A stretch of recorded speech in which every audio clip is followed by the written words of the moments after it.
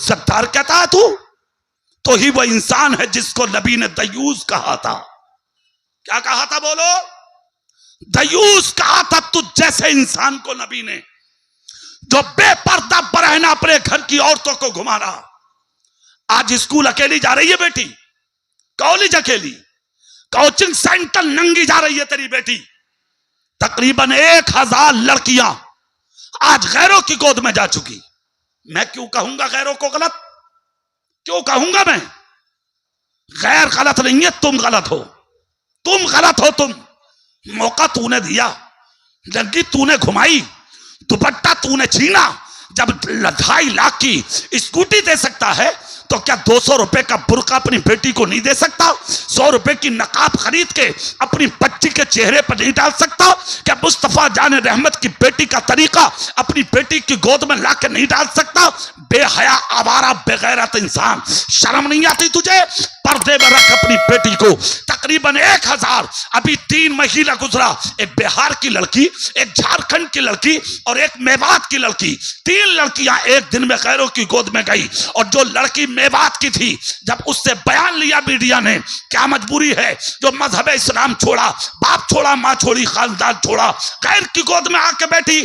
لڑکی نے ایک جملہ بولا تھا، خدا کی قسم میں مانتا ہوں تائید نہیں کرنا اس جملے کی، مگر اس کے دل کی آواز تم تک پہنچانا ہے.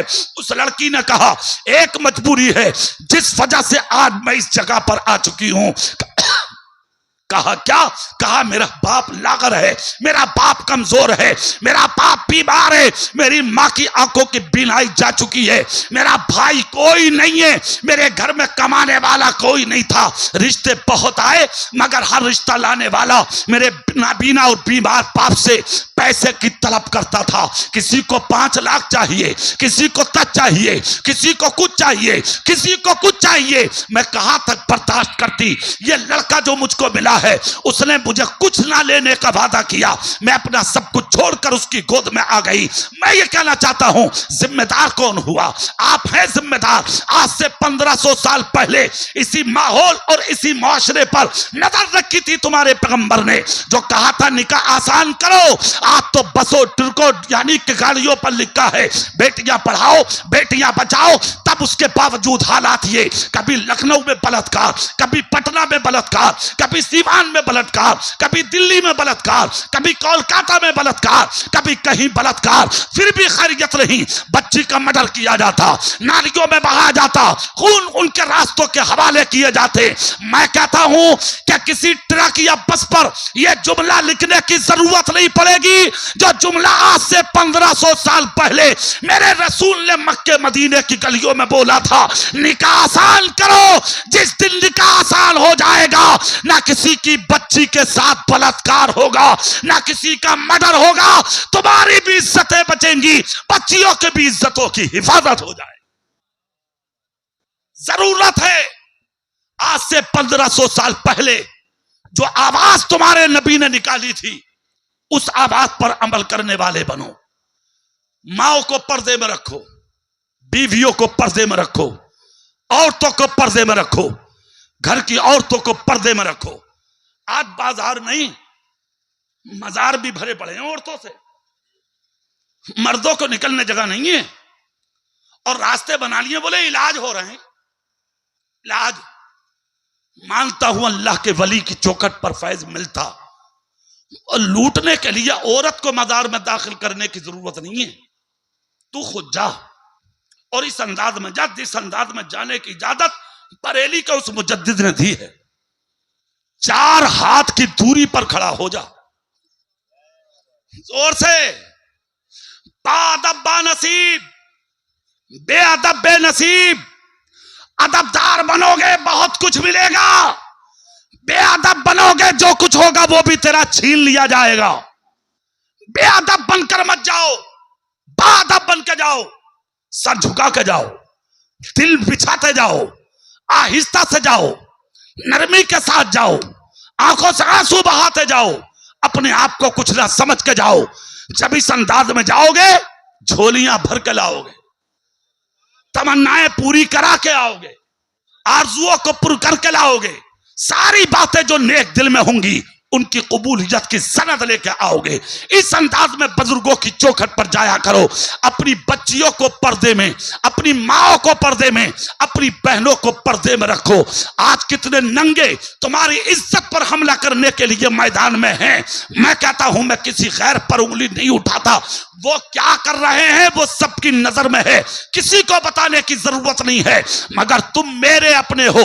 میں تم سے کہنا چاہتا ہوں اسکول پڑھا اپنی بیٹی کو مگر خود لے کے جا. کالج بھیج اپنی بیٹی کو خود لے کے جا. کوچنگ سینٹر بھیج اپنی بیٹی کو خود لے کے جا. ڈاکٹر بنا، ماسٹر بنا، انجینئر بنا، IAS بنا. اپنے بیٹوں کو بھی خوب پڑھاؤ، سب کچھ پڑھاؤ، اور اپنے بیٹوں کو پڑھا کر اتنی اونچی کرسی پر لے جا اور اس کے قلم کی نوک میں اتنی طاقت بھر دے علم سے کہ جب کسی غیر قوم کا بچہ اپنے قلم کے نوک سے تمہاری مسجد کو ٹارگیٹ کرے تو میری قوم کا بچہ اپنے قلم کے نوک سے گرتے ہوئے مینار کی حفاظت کر سکے.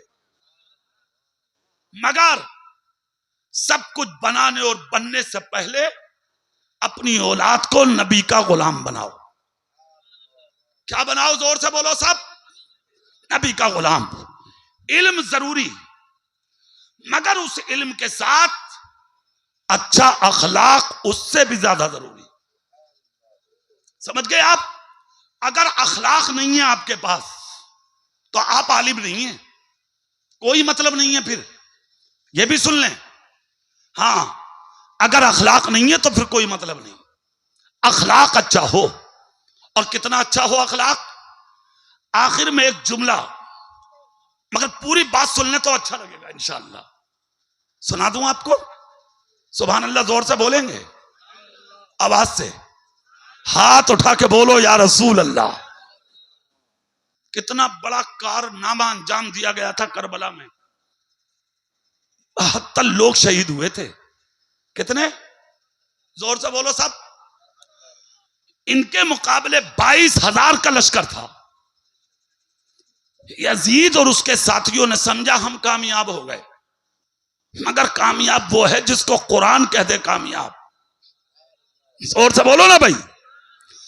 مردہ وہ ہوئے، یہ گردنیں کٹا کے بھی زندہ ہو گئے. 72 لوگ شہید ہوئے.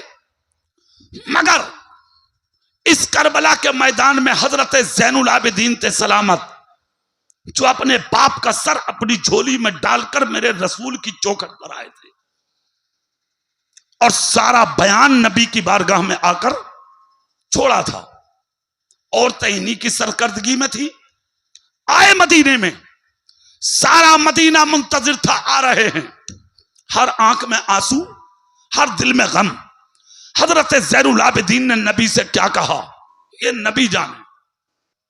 اور جواب میں حضرت نبی زین العابدین نے کیا کہا یہ زین العابدین جانے. باپ کا سر اپنی دادی فاطمہ کے پہلو میں دفن کیا. حجروں میں آئے، جو حجرے آج تک بند تھے انہی حجروں پر آ کر اپنی جوتیاں چھوڑی. گھروں میں داخل ہوئے، چادریں اوڑھ کے لیٹ گئے. اذان کی آواز آتی تو اٹھ کر مصلوں پر کھڑے ہو جاتے. نہ کھانا نہ پینا. 3 دن تک چادر اوڑھ کر حضرت زین العابدین لیٹے رہے. کتنے دن بولو زور سے؟ 3 دن. چوتھے دن صبح جب نمودار ہوئی تو حضرت زین العابدین نے خاندان کی عورتیں جمع کر کے کہا کھانا تیار کرو.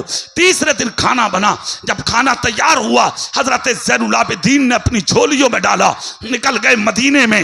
جن عورتوں کے شوہر شہید ہوئے تھے ان کی بیواؤں کو کھلایا، جن کے بھائی شہید ہوئے تھے ان کی بہنوں کو کھلایا، ان کے یتیم بچے اور بچیوں کو کھلایا، ان کے گھر والوں کو کھلایا. اور سب کو سینے سے لگا کر امام پاک کے بچے نے ایک جملہ بولا، اے مدینے کی عورتوں، بچوں، بہنوں، کان کھول کر سنو، اپنے آپ کو تنہا اور اکیلا مت سمجھنا.